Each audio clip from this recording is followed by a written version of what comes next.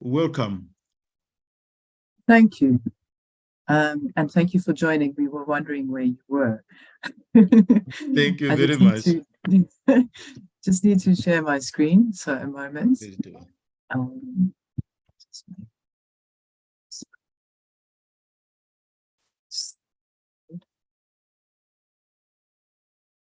Is this visible clearly on the screen, or is there aspects that are covered by black labels and lines?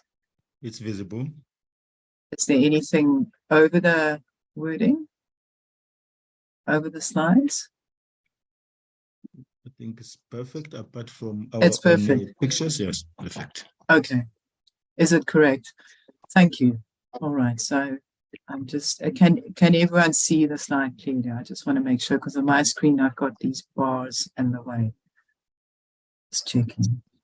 Good. So as mentioned, I'm Magdalena Klutzer. I'm from UKZN. I'm a PhD student, a lecturer, and I'm an architect and also a mother of 4 children. So that's my background.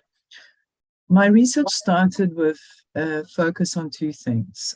In the first instance, early childhood development and how critical that is, and the learning environments where that takes place.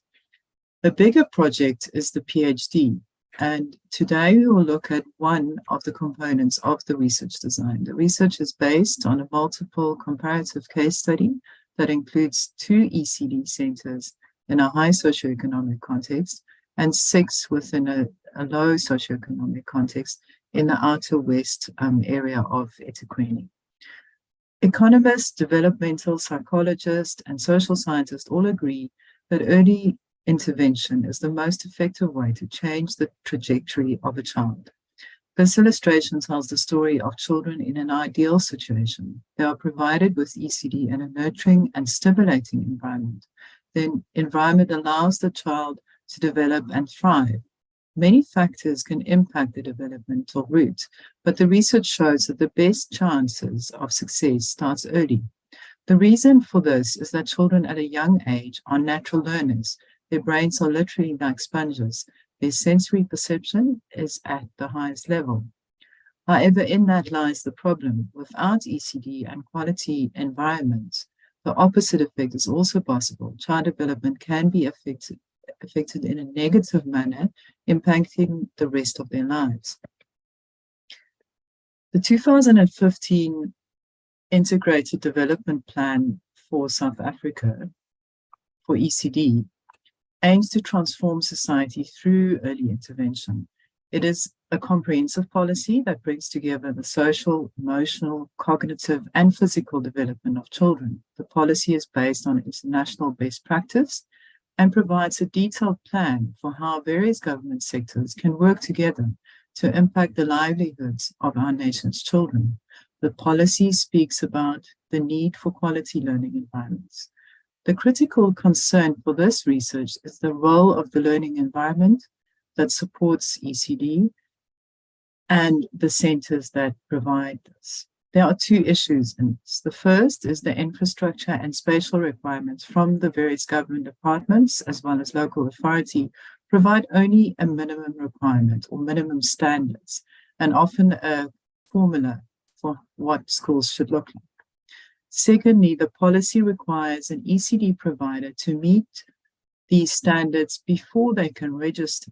However, minimal funding is available to develop the infrastructure. The before photograph of this ECD at Mansell Road Market in Durban is what the ECD provider was able to make work.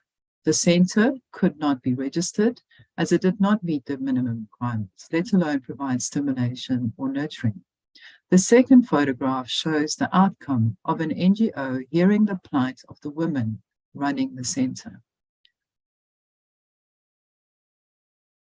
As a background to the research, this map taken from the ECD census of 2021 captures the number of ECD centers in South Africa.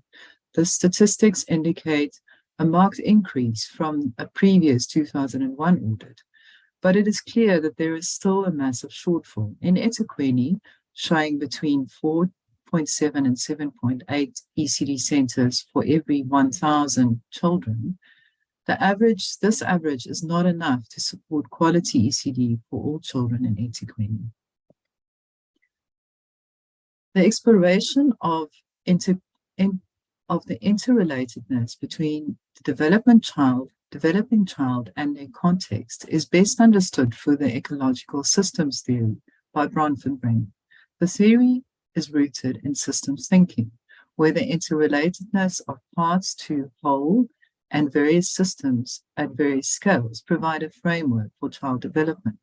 The model considers context as an ecology of physical, social, and cultural realms. As shown in the slide, the ecological model represents a range of scales of systems working from the immediate, which is the micro, through a mesosystem, looking at the interconnection of different microsystems, towards a system where the child is not actively present but still impacted. This is the exo, and a macro at the broadest level representing the given societal context. The last dimension is that of change, which is captured through the chronos system, which is the last ring. A further lens is used in the research is the concept of spatial justice, which through the work of Edward Sawyer acknowledges the interrelationship between people and space while advocating for more marginalized communities' rights. Lefebvre argued that space is a social product related to our daily activities. Therefore, the control of the social production of space is redirected towards everyone. Moving along, let us look at the data. This is a qualitative study and within an interpretivist research lens. The component under consideration is the interviews with women. This included principals and some teachers at each of the 8 research sites. The research design followed a phased approach. First, I introduced the research and myself to gain ethical consent. Then I investigated the physical environments, followed by interviews and class observations. However, even at the introductory meeting, one of the women started telling me her story. She spoke at length about how the center was founded by her mother and the challenging process of getting buildings where she can look after children and to their development. I realized my research was not just about children and their environment and how policy influences it. It became clear that women are critical to understand the research problem. This codebook shows what emerged from the first analysis of the interview transcripts. The ecological systems theory was applied to analyze the codes using different contextual systems as themes. The 5 themes included ECD macro context, meso context, micro space, and micro place. The chrono system had to be included, considering an overarching societal change related to the COVID-19 pandemic, which impacted my study.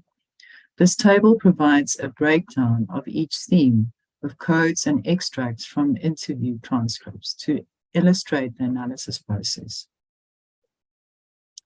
The macro system, which represents societal systems such as culture, socioeconomics, and politics, indirectly impact the quality of ECD. The 3 codes, challenges to the ECD area, department's registration, and training and experience in ECD, all impact on an indirect level. The role of the government strategy and policies are also can be found in kind of the captions captured under each of these. What's raised is the women's concerns, frustrations, and passions. The meso system captures the interaction and connectedness between different contexts of the microsystem. Here, we can consider the interaction between the home and preschool and spaces between them, remembering that these contexts will be represented through both people and places. Running a little bit over time, so I'm going to just move faster. The theme combines four codes: voices of women, origin of the ECD Center, community relationships, and funding of building. The voice of women looked at how free the women were to express their views. The theme of microsystem space describes the influences of ECD learning environments related to what is tangible, those things that we can touch and really know that it's there. The codes developed are classes and numbers, quality of buildings, as well as outdoor. Each of these, if you go through the list, it's quite expansive what the feedback was. Specifically to do with the data in terms of quality of buildings, it became lengthy and a range of subcodes had to be established. And you can see how that's, like, for example, you can squatter, like, them together at different ages. It becomes very difficult for the data relating to, wrong slide, wrong text. The theme of microsystem place describes influences on the ECD learning environment related to the intangible, the codes of pedagogy, inclusive education, belonging, and children's voice all have physical expressions, but are more conceptual in nature. The fieldwork for the study was conducted during 2020. My study did not intend to focus on the impact of COVID, but as seen in the word cloud taken from interview transcripts, it could not be ignored.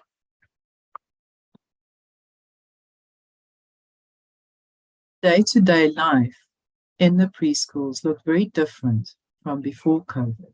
The restrictions placed by implementing sanitation protocols and social distancing were visible in each research site.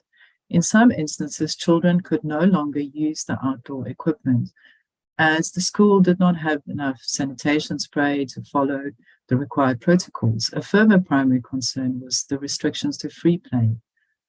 In most of the ECD centers, the children's movement and sharing of toys and learning equipment was restricted. Many centers were closed for prolonged periods and few children returned. Each of the themes discussed brings together a layer of complexity of influences on the quality of ECD and their learning environment. Thematic analysis included separating the data into codes and separating interrelated issues. However, the ecological system theory acknowledges the porosity of the boundaries between the different systems. The critical concern of an unsupported policies framework was confirmed by several of the codes. Within the codes of the macro system, registration and teacher training reflected on the policy's limitations, while the broader challenges of the ECD reinforced the urgency of the agenda for ECD transformation. The MESO system highlighted how the ECD sector is hanging in the balance due to their dependency on donations and NGO or faith-based support to continue their work. The microsystem of space and place included the detailed consequences of ECD quality. The limitations included physical space that are not meeting health and safety requirements and are not child-friendly. A further concern is that the spatial restrictions cannot support the number of children and are not conducive to exploratory pedagogic approaches. Minimal support for inclusive education was found, while the dire need for children from disadvantaged families was highlighted. In conclusion, the research confirmed the policy framework's limitations and how it negates spatial justice for women and children. The paper highlights the critical role of women in the ECD Center. And the various components highlighted in this text is just more specific from my paper. And that's the end of my presentation. Thank you. Thank you. Thank you very much, Magdalena Croet, for the presentation. Can we go straight to the next presentation from Anthony, which is on inclusive influx, absorption of the rural youth? Can you proceed?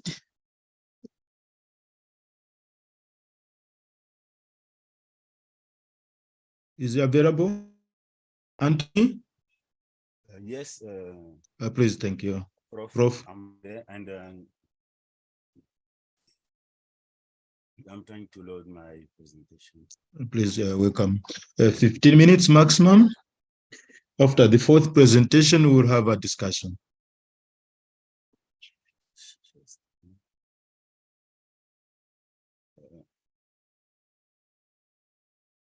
Could you please let me go to where it says share screen? Yeah, the green button, yes. Share screen. Yes. Yeah, it says host disabled participant screen sharing. Yeah. We can't see it yet. No, I cannot share. I received a prompt saying host disabled participant screen sharing. So I think you need to allow me to share. Okay, let me ask the host. I'm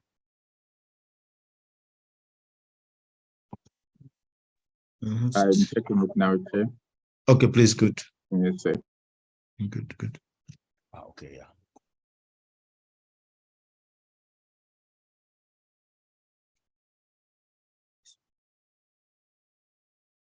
Perfect. That's in order. You can proceed. Let's.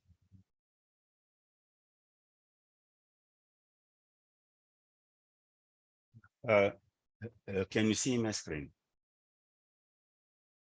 Be seen. Okay. It can be seen. Yes, thank you. Yeah. Okay, thank you. Proceed. Yeah. My presentation, which is actually a shorter one, is on inclusive influx absorption of the rural youth, which is quite a reflection on an overcrowded Kinshasa, and we'll be looking at climate change concerns and the societal issues. Yeah. Kinshasa is one of the towns here in the DRC. As you can see, the DRC is among the biggest countries in Africa, and we can also compare it with including bigger parts of Europe, as well as almost a third of the United States. Yeah, Kinshasa province, it is a province on itself among many others, which are 27 provinces, is subdivided into sub-regions.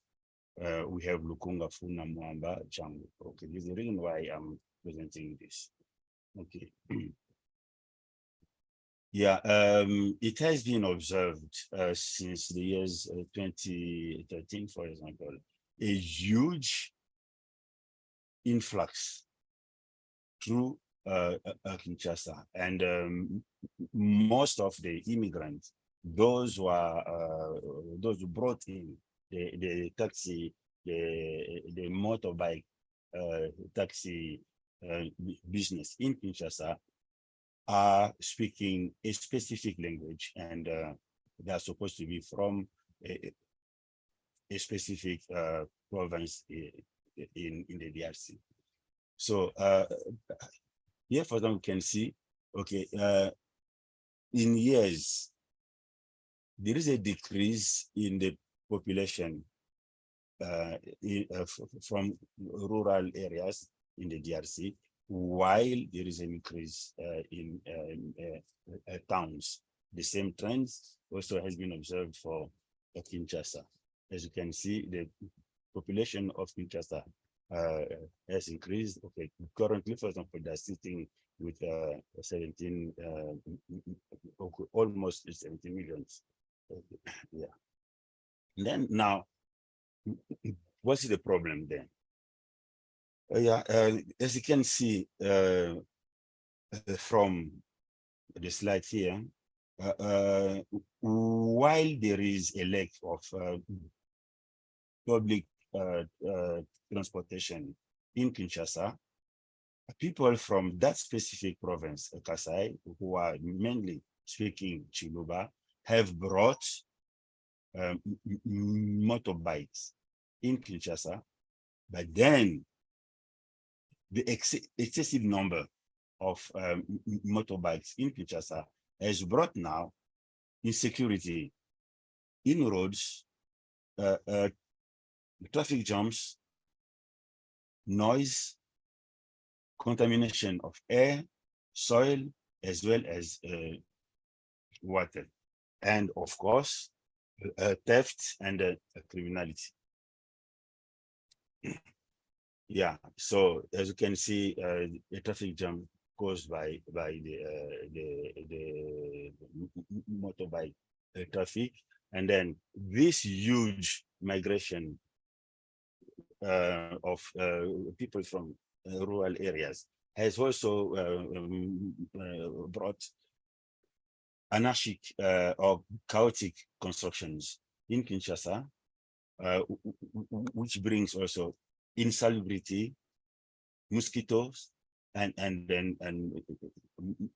many things that you can imagine. In addition to that societal issue, there is also another phenomenon called kuluna. Kuluna is has been seen as an organized lawless gang committing crimes, committing many things. As a result, even the law enforcing agents are not able to cope with them. So what we did, here I will present some preliminary results on this ongoing study, which is a qualitative research. We used structured interviews as research instrument, and then responded were stratified into city immigrants, the host people inside Kinshasa, and government officials, religious leaders, civil leaders, and society leaders. So what we did, we first did a case study choosing two main roads used by these motorbike drivers. So we approached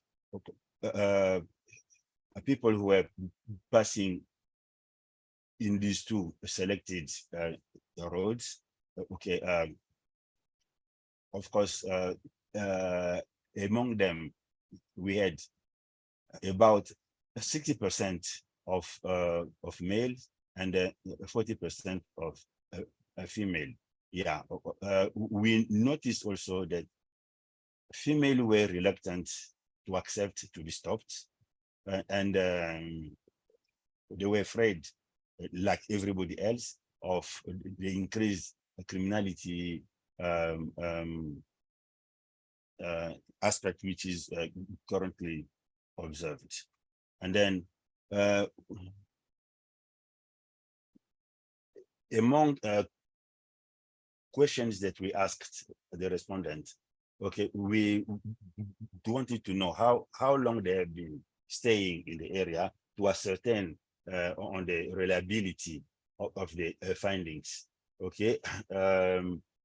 About 47% have been there for less than 5 years, and then about 53% have been there longer. So our respondents, the 55 respondents that we selected in this case study, have been there for quite a long time. It means that they have observed what is happening in the area. So now for those respondents, more than 85% confirmed the exodus into the area.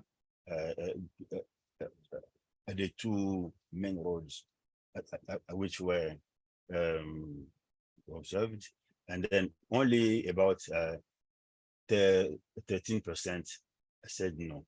So it is assumed that these 13 are also those people who are just using the road to pass by. They are not necessarily residents. Yeah.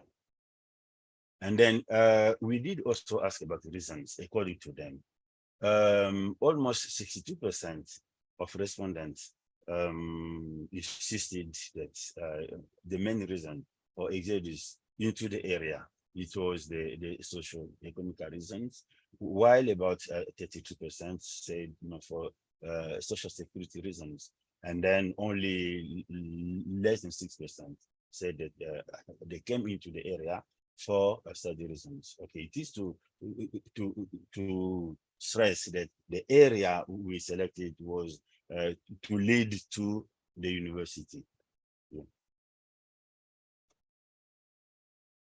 And then about what has been observed is societal disturbances, gangsterism, prostitution, unemployment increase, insalubrity increase, increase in chaotic construction in the area, increase in the rent as well, because the house owners, as they notice the influx, okay, they then also increase the price for the rent. For them, it was a source of extra income.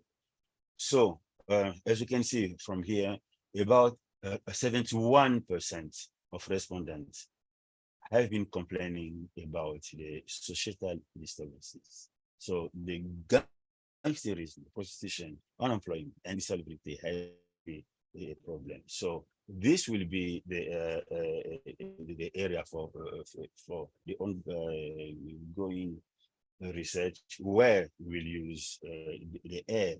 We'll measure the contamination of the air in the area, the water and the soil, to see if really it has been impacted. But we have also noticed increase in noise when the motorbikes are moving around. But now we have also to acknowledge the fact that it will be a challenge to distinguish between the impact caused only by the motorbike drivers from the impact of the normal four-wheeled vehicles. Yeah, so this still an ongoing research.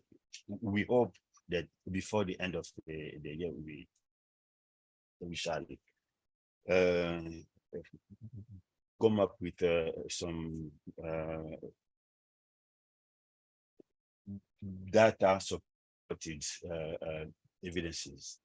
Yeah, so the preliminary conclusion include, yes, observed immigration, and most of the motorbike taxi drivers speak Chiluba, which is one of the languages. And yes, there has been societal disturbances, and then suggested solutions by the respondent include improve employment conditions in rural areas to retain those people there, improve education means in education infrastructures there to retain them, and health systems, and also bring in entertainment facilities. Yeah, so in the work that we will continue to do, we'll develop concepts on how to improve or direct the influx if still there is no way. For example,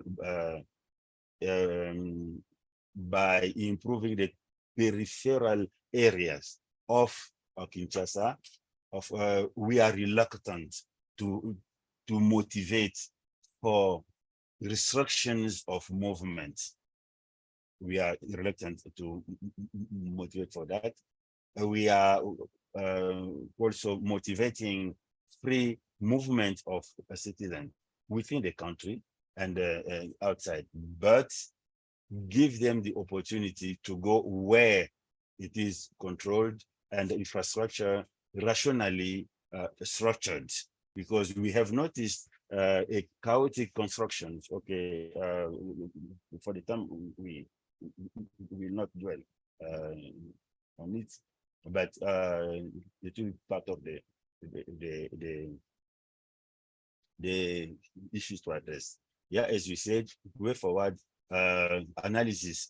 This one will be a part of the quantitative part, the analysis of the noise, of the CO2 emission in the air, and soil contamination, and also water contamination. Expansion of the work on the roads, the main roads to the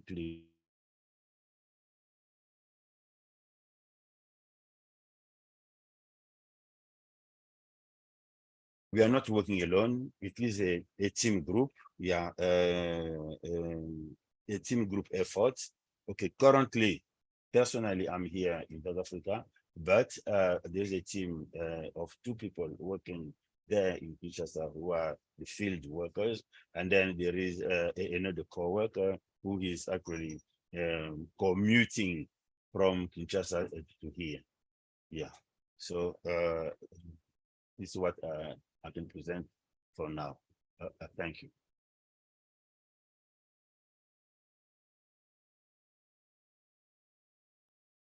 Thank you very much, Prof. Can we now have the third presentation from Brian Christian? Please, let's stick to time so that we have moments for discussion, because we started late. Brian, are you around? Can you present on the practice of middle-out approach in the participatory planning processes?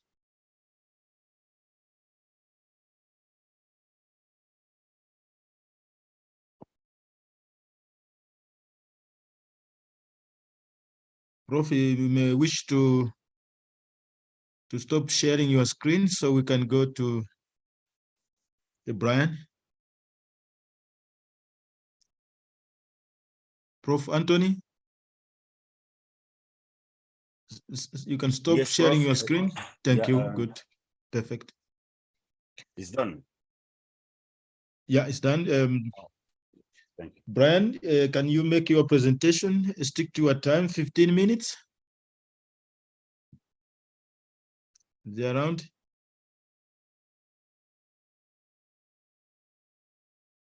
It doesn't look like he's around, Chair. He's not around? So Yes, if he's not we're around, trying to get hold of him. Maybe we can move to the next speaker. okay, maybe let's have the next presenter, Vada, Martin, and Sado. I think you have a joint presentation. If Brian comes, he will present after you. Are you available?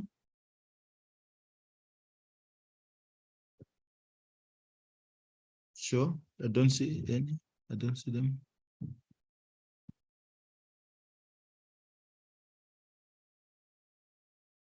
Sound? Oh, come on. Can we now then perhaps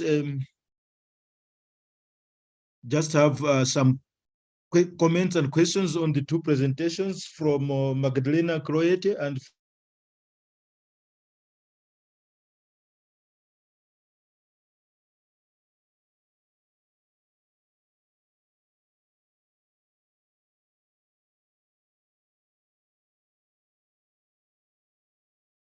any comments on the 2 presentations, one on early childhood development and then the inclusive influx of taxis in Kinshasa?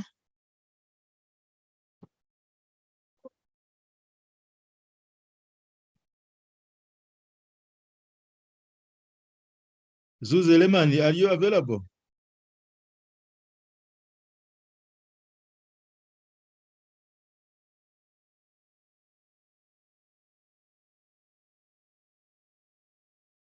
Looks like people are having lunch and they just put their computers on.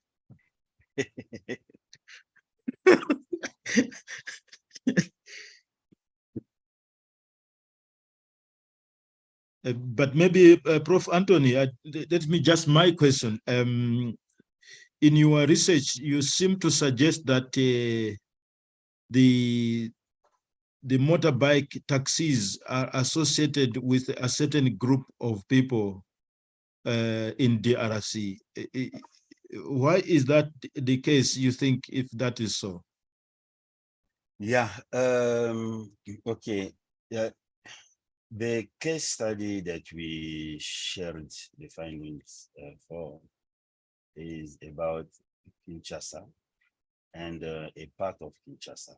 I cannot conclude for the whole of the DRC, but in the area that we looked at, we tend to associate it to that tribe specifically, because most of them, of those motorbike taxi drivers, they speak that specific language, which is Shiluba. And when you listen to them, it is not about somebody who just learned the language. It is somebody who originally is from Kasai, the area. And it happened that, okay, I had opportunity to go to that area, Kinshasa as well as Kasai.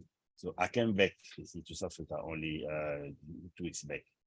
Yeah, and it is noticed that there, the youth, the number of population, or the amount of population in youth fraction has decreased.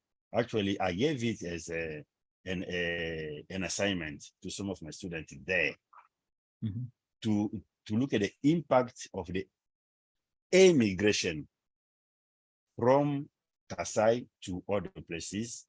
And here, as we noticed in Kinshasa, a huge immigration. So then it is likely immigration for Kasai and immigration in Kinshasa. So it seems to have correlation there, but I need to finalize the study and bring the findings from the two sides of studies together. Thank you, sir. Thank you very much. Thank you. Is Brian in now, or Martin? If not, our host, I would suggest that we move on to the next presenters. So we can talk about Yadav from India, Ernest and Young. They want to make a presentation on inclusion of refugees into cities. Yadav, I can see you are available. Please proceed to present. 15 minutes. Sure. Thank you. I hope I am audible. Yeah, you're very audible. Just share your screen. Okay. Thank you.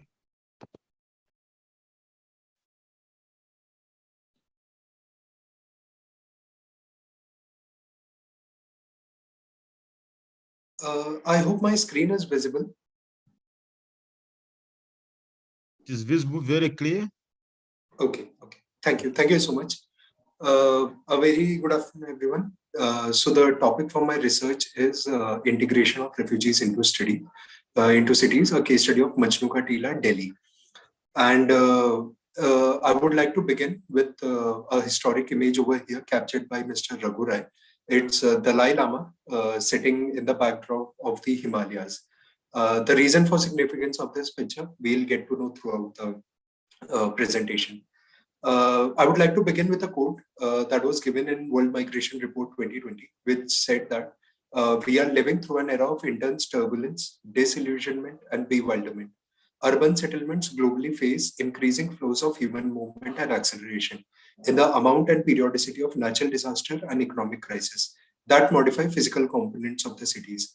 This whole the statement backs my research that these are times of various turbulences, various unnatural activities that are taking place, and which eventually modify our physical components of cities. And we need to plan in such a way that we are ready for inclusion and integration on people, those who face the impact of such issues. So beginning with this, firstly, why is there need of such a study, integration of refugees into cities? So there are majorly three reasons that I've found out. Firstly, the very first reason is the scale of the issue. There's a video embedded over here. I've clicked play button, and I hope it will be visible to everyone. Yeah.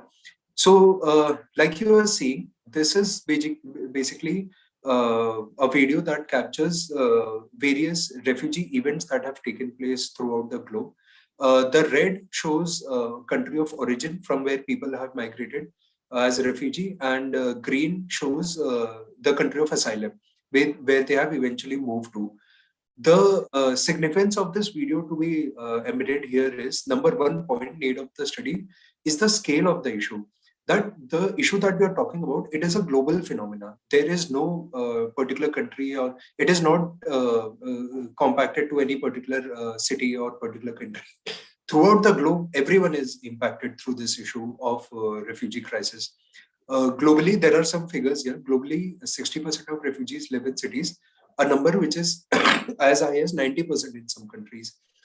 So another fact here, World Migration Report 2018, it said in 2014, 45% of world refugees were in protracted situation. Protracted refugees are those who stay in a place for more than 25 years. And 45% of world refugees are now staying in an area for more than 25 years. That means almost 2 generations of those are living in that area. So firstly, the scale of the issue. This is a global phenomena. And once migration takes place, people become refugees, they are bound to stay in that particular place for at least 2 generations. That is why integration and inclusion is important. Also, UNHCR Global Refugee Report of 2017 states that 75 million to 1 billion people are likely to be forcibly displaced only due to climate risk by 2050, which is a big number. And that is why we need to work on this.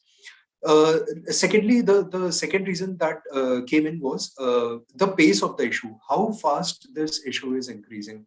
So we see this trend from UNHCR report, Global Refugee Report, which states global forcibly displaced people growth from 1950 to 29. We see this is an incremental growth. And also the global refugee growth trend from 1950 to 2019, again, this is a increasing trend over the years. The issue is, the graph states that over the years, the issue has been increasing. Lastly, anticipation of the issue. That, okay, there is some event that is happening right now, but there is also an anticipation that the issue may happen at a very large scale in near future. And this is one anticipation graph that has been prepared based on previous trends, considering events of drought, tsunami, cyclone, famine, volcano, and earthquake. And that is why this analysis was done. And also one important point to be noted here is 80% of the refugees are hosted by developing countries. So these are the trying to get up on their own feet, and they have this extra burden of people coming from outside, and they have to manage that as well. So these are the few points why this research was needed. Now I've begun with a blank slate here for understanding concept of a refugee. Now, who is actually a refugee? So there are two definitions to this. One is the Indian context that I'll be studying, and is the international context. So international context, in 1951 UN Convention and 1967 Protocol signatory, they have given the definition of refugee. They have created this bracket of forcibly displaced person, inside which there are 4 different stages, and one of them is refugees. What the definition that they've given is, refugees are people who are forced to move because of well-founded fear of persecution or war for reasons of race, religion, nationality, political opinion, or membership in a particular social group. This is the definition that Global Context 1951 UN Convention had given. And according to this, globally, there are 1,97,000 refugees and 9,219 asylum seekers. So this map here shows all the dark blue highlighted countries that are signatory of 1951 UN Convention. The one highlighted in red are not the signatories. So now, if India is not a signatory of this convention, then how do we deal with refugees? So this timeline here shows various year wherein different refugees from different countries came inside India. This is 1947, 59, 64, 71, 83, 89, and 2012. And the focus that my case study, it will be on this Tibetan refugee, 1,10,000 people who came in 1959 into India. So India, because it's not a signatory of 1951 convention, we deal with refugees on bilateral basis. For example, if any such events take place, there's a accord signed between the government of the country from where people are coming and our government, and that is how they come up with a definition of refugee, and accordingly they provide services to the refugee population. And there are various acts of the Constitution of India wherein which mentions the definition of refugee as an alien or foreigner. Also, there are various global signatures that have been done by India and the convention, which ropes in the definition of refugee, examples of which are Bangkok Principle, Universal Declaration of Human Rights, UN Declaration of Territorial Asylum, UN Convention on Rights of Child, International Convention on Civil and Political Rights, Global Compact on Refugees, International Convention of Economic, Social and Cultural Rights, which happened in 1976. Also, Sustainable Development Goal 10.7 and 16.3 of the New Urban Agenda deal with definition of refugees. What they say is that refugees are an integral part of a city, and there have to be measures taken wherein you try to integrate, assimilate, or include them within your population. Moving on after the definition. So so there are two case studies. One is Indian case study and one is international case study that I've taken. First case study of the city of Delhi, which is also capital of India. So here there are three trends that I've tried to show. First trend over here, this line, this shows basically independence took place and how refugees came in. Thereafter, when first master plan of the city was created, then how population, there was a huge influx of refugee population, and how master plan was formulated in such a way that they have to be incorporated into the city planning. And lastly, after the first master plan came in, as of now, all this population have proper leasehold and freehold over the land that they have, and they can even buy or sell lands in that area, and now they've become permanent residents of the area. So from influx of the refugee population, wherein they were asked to stay in emergency refugee camps, there were camp colleges, there were this concept of Nagar had come in. Later on, they started involving themselves in various local activities of the city and the state. They tried to get employment into the area that they've come in. And lastly, now they have a proper planned neighborhood, and the city itself have included them within their premises. International case study is that of Göttingen, Lower Saxony in Germany.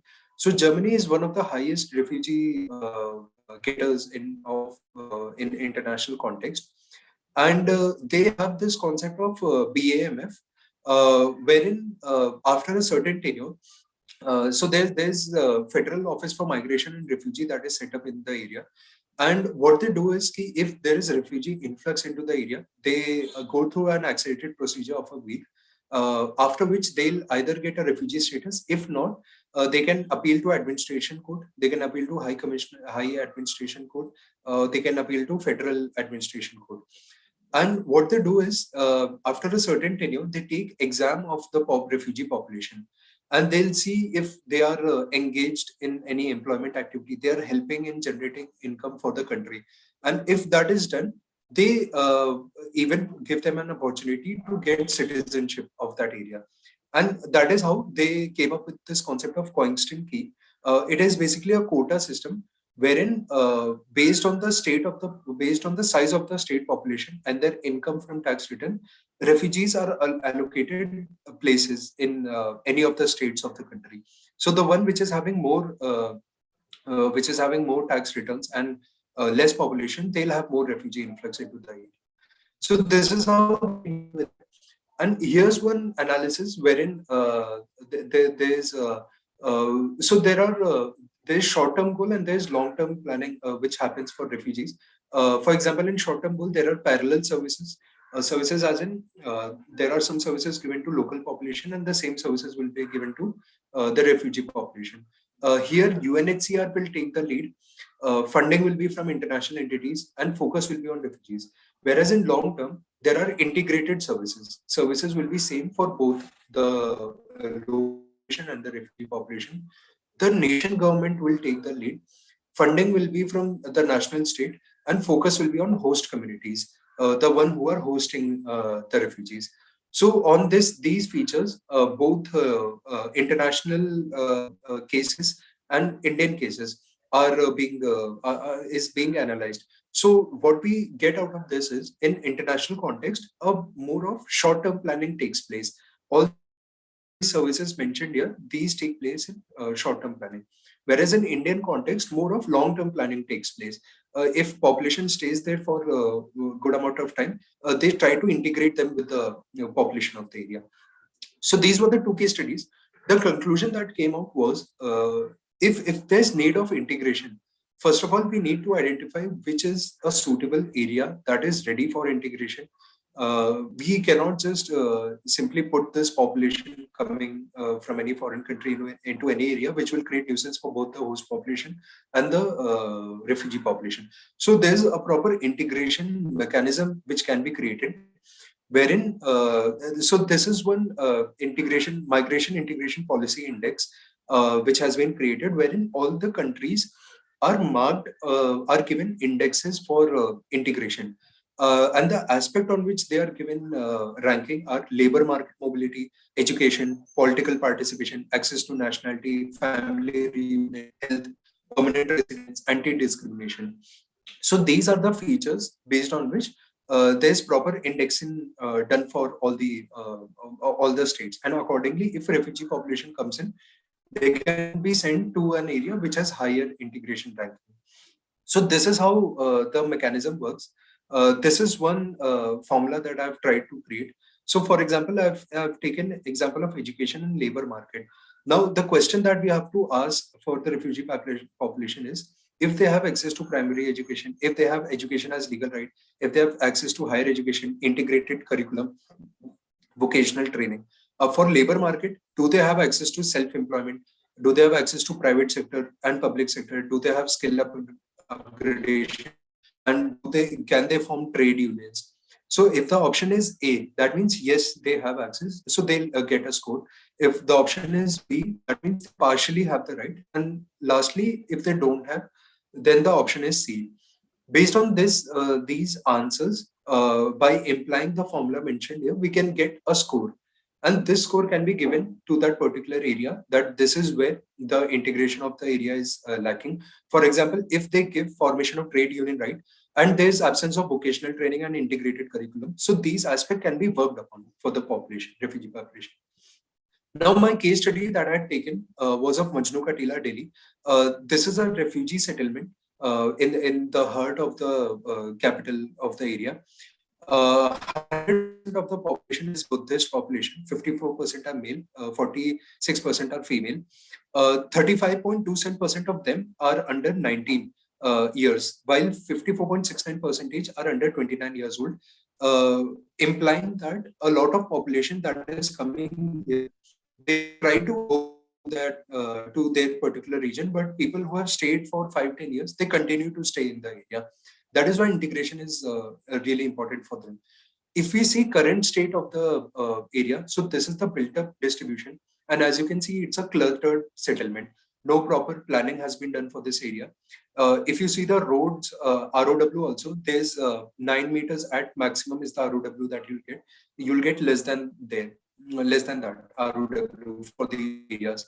So there is the issues that we identified on site was there's congested streets, there's lack of drainage system, there's lack of open space, there's uncontrolled encroachment because there are no building bylaws, and there's no control on development. So these are some issues that we identify on site. This is the land use distribution. We see that majorly there's mixed use that is evident into the area, because people coming from Tibet, they the usual occupation that they had was of cafes, setting up cafes, cafeterias, and also handloom sector. So that is why they started living on the downstairs, and they started living on upstairs, and they made their shops on the downstairs. So that is why majorly it's mixed building use that is happening there. Ground floor they'll have business, and on first floor they'll have their residence. So we took some example and some codes from the population that was staying there, and we see that majorly the old people, they said that initially there was not even proper houses. We'll continue to stay here. And the younger population, they'll be like, we need better employment opportunities to continue to stay in the area. So this is how opinion of the area was collected. Now, for that population, the integration indexing formula that we had created, we tried to implement the same integration indexing into this particular area. What we got out, the outcome that we had was, in terms of labor market mobility, there's less integration. For anti-discrimination, there's high integration because local police and everyone was in supportive in case there was an event. For permanent residents, it was medium because still they couldn't buy houses. For health and sanitation, it was more than average because they had access to all the hospitals and primary health centers nearby. Social benefit also, it was high because they had access to integration with the local population. Domicile and identity was below average because this is still an ongoing process. There's registration and profiling being done by their autonomous Central Tibetan organization. Political participation was very low because as of now they cannot contribute in selection of the political party or the representatives into the area. In education also, it was a bit low because the population there, they from initial days itself, they started going into business rather than getting a proper education. So this was the integration analysis of that area. The same integration analysis, if we do for all the states of our country, and so this is how these are the different states of the country, and we get to know where do they stand in terms of integration indexing. So Kerala is one of the states which got highest indexing. Goa was next, Rajasthan was less, and accordingly Manipur, Jharkhand, Tripura, these were very less. Same map has been created here. These were the overlay of map that was done, and accordingly this is Kerala which got highest integration ranking. Karnataka had less. These are the states that had very less integration ranking. Now, how we can use this is, for example, there is like in the beginning, like I mentioned, the code that I mentioned, it's the time of political turmoil and some events taking place. If any such event takes place, we know that our country, these are the following states that are ready, and they are ready in what all aspects they are ready for: temporary settlement, for education. And accordingly, we can distribute the population into these areas. So if a refugee population comes in, the timeline of intervention will be, initially there will be social intervention required, wherein they need safety, they need stability, they need social links. Thereafter, their health, thereafter education, sponsorship, housing. Later on, after 5 years, self-employment, labor market, public sector, registration and identity. And lastly, if they have spent 20 years time into that area, then they need right on land, policy integration, and voting rights. So this is a whole area. There is one proposal given on in situ rehabilitation proposal. wherein the absence of proper transportation movement here, a proposal has been given wherein road will be widened within, and there'll be creation of 12-meter ROW roads and junctions in the area. So this final the map how it will look like if these roads are created. There will be proper formal movement inside the area, and it will be accessible to everyone. And another outcome that came out of this was we have taken some example of ephemeral cities.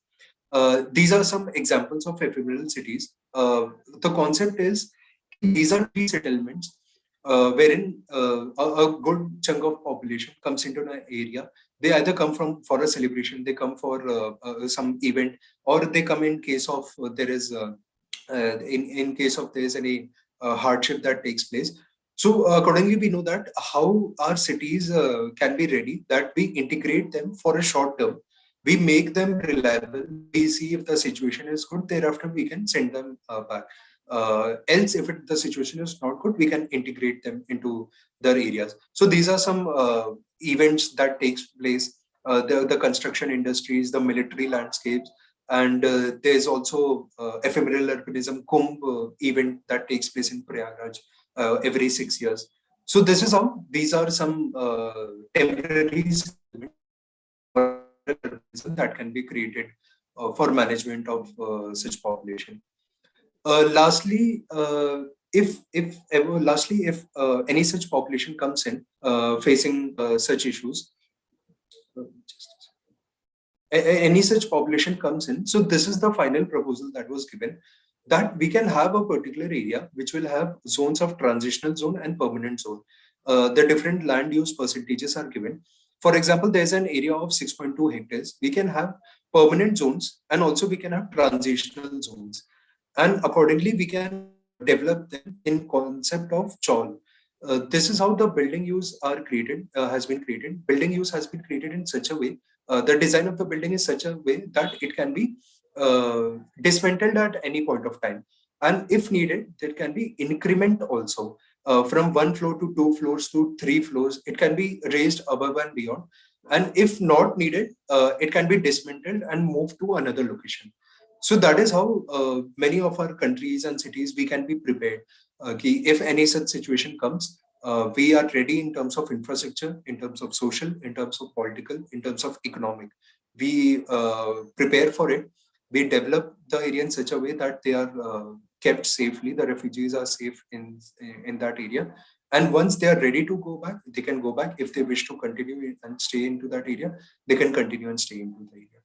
So this is how the final, this is a rendered design that has been created using this housing design concept. Thank you. Thank you so much. Thank you very much for the presentation, Yadav. Thank you. And thank you very much. Can we have the next presenter, if you can stop sharing your screen? Sure. Good. The next presenter is Ellen Kalapoda. She'll be presenting on inclusionary water supply, sanitation service provision, and hygiene for the internally displaced people. And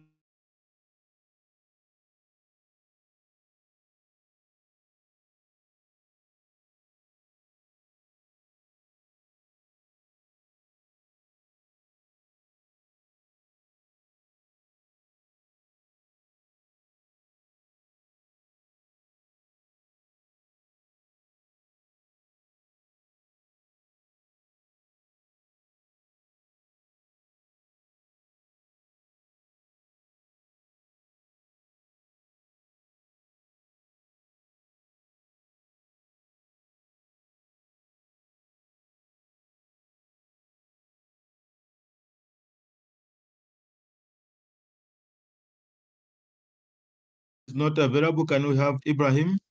I think my network had been cut off. Ibrahim? Ellen is not around. Ibrahim is not around. Sure. Yes, they're not on the chat. Can I have David? David is not around as well. Wow, come on. Right, then if the three are not around, can we dedicate our time then to a discussion on the presentation that have been made by the three?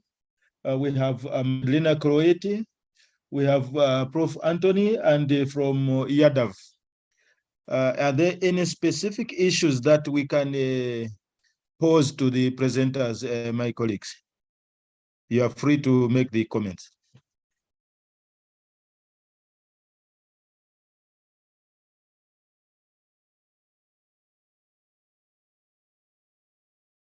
Anyone willing to make a comment? Good, please proceed to ask our host. Please allow the gentleman to comment and unmute him.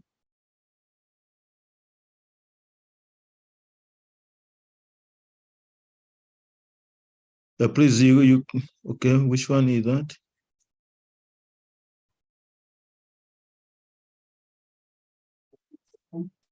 Everyone have rights to unmute. Okay. Okay. Hello, colleagues. Can you talk? You can unmute yourselves when you want to come in.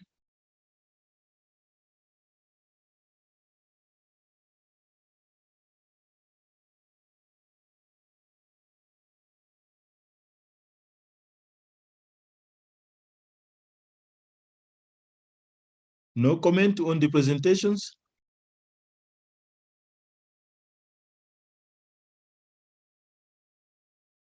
Now there's one there for Yadav.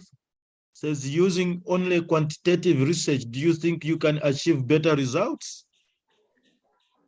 Yeah. Better results in the social space. Just take note of the question in case there's another one. Just take note, using only quantitative research, do you think you can achieve better results in the social space? Just take note first in case there's another one coming. Any more questions? Okay, then Yadav, please try to respond. Yeah, so the question is valid. There is absolutely without social research, the final outcome will not be, it won't be possible, and it cannot be dependable as well. Like I mentioned, when we started to go for integration indexing, all the questions that we had were from social arena itself. Because inclusion, integration are a bit sensitive matter. And here we cannot only depend on the numbers, we need to see the qualitative background approach as well. So we need to see how they can be integrated. What is the situation of the family that is coming in, the family that are hosting them. So accordingly, it is the qualitative research, it is the social sector research, which is eventually converted into the numbers. So definitely your question is, the answer to your question is, it is not inseparable. They have to get along with each other.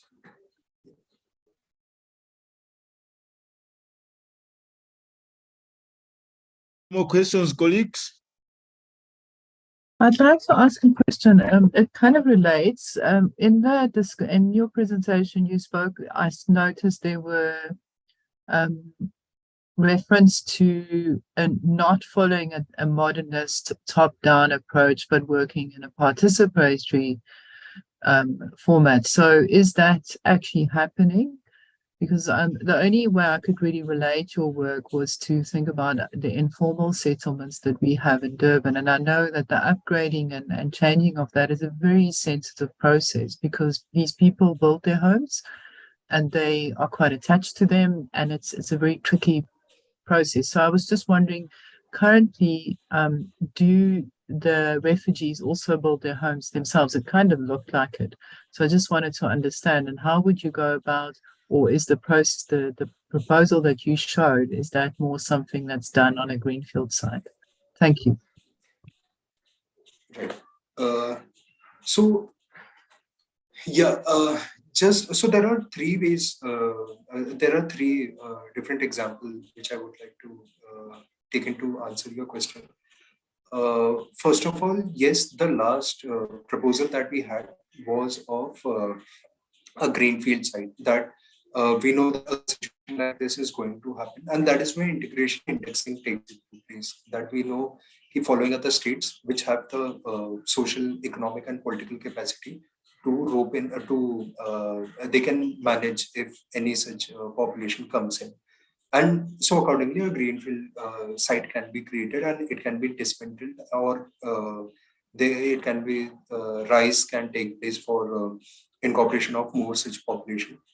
Now, focusing on top-down approach to participatory approach, if we see in the context of global arena, it's more of a participatory approach that takes place. If we take example of UNHCR, a few countries, for example, a few European countries, if we see the concept of coexistence that came in, there they have a top-down approach. Now, it's the reason why the population has, the people have become refugees is very important. For example, if the Tibetan population, like the case study of my research, the Tibetan population was here for a very short period of time, because there was some political turmoil that had taken place in their country. They were here for 5 to 10 years, but eventually they turned out to stay here for 50 years, 60 years, and that is how they changed their. Initially, when they were only they were at the disbursement of international or national support that was happening there. But later on, they started contributing to the nation, to the local economy as well. So we need to see if the population that is coming in, what is the reason that they've come in? Is it a natural disaster? Is it a war-like situation? It is a climate resilience that has made them to move into that area. And accordingly, we can decide that it has to be more of a participatory approach or top-down approach. There are areas, for example, we are very well aware of Rohingyas, the Bangladeshi refugee population, that the crisis that is happening there.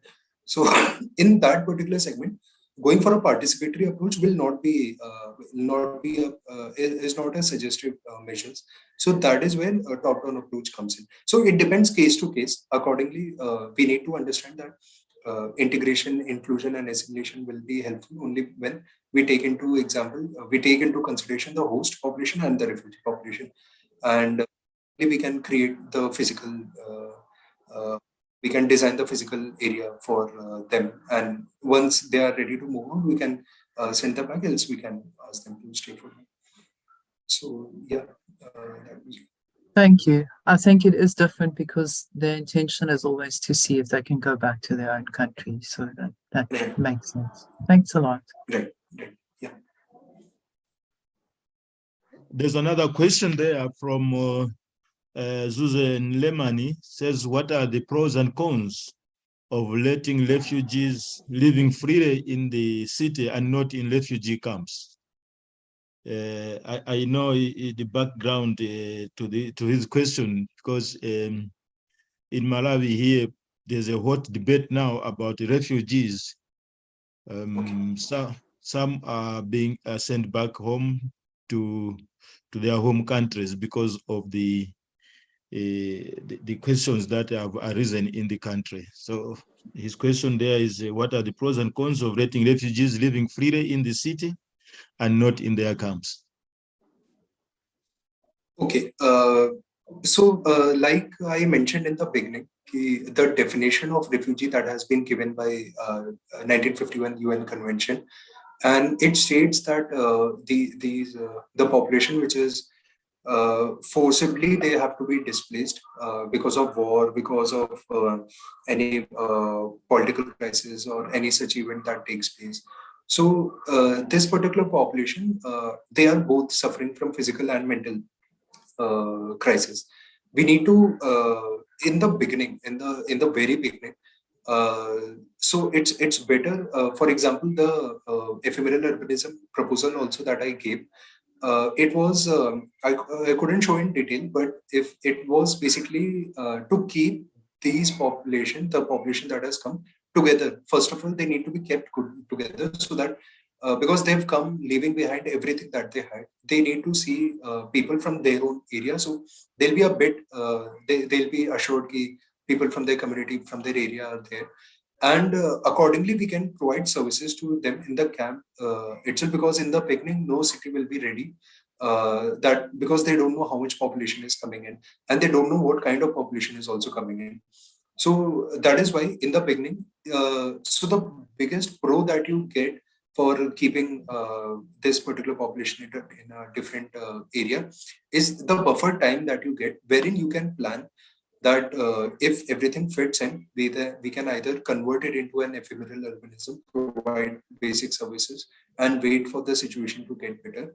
Else, if we know that the population is here to stay for long, we can we can start working on our policies, and because that itself will take some time.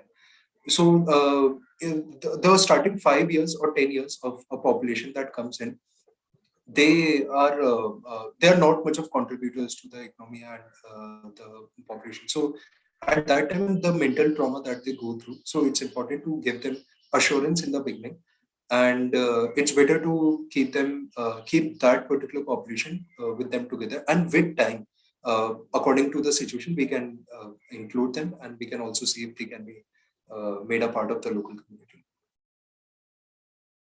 Very much. I think the main issue is that refugees are screened.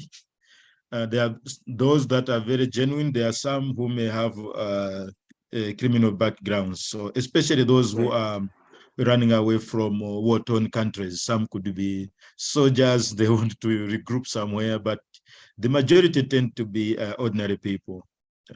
Thank you very much for your presentation. Thank you. Is there any other comment, my colleagues?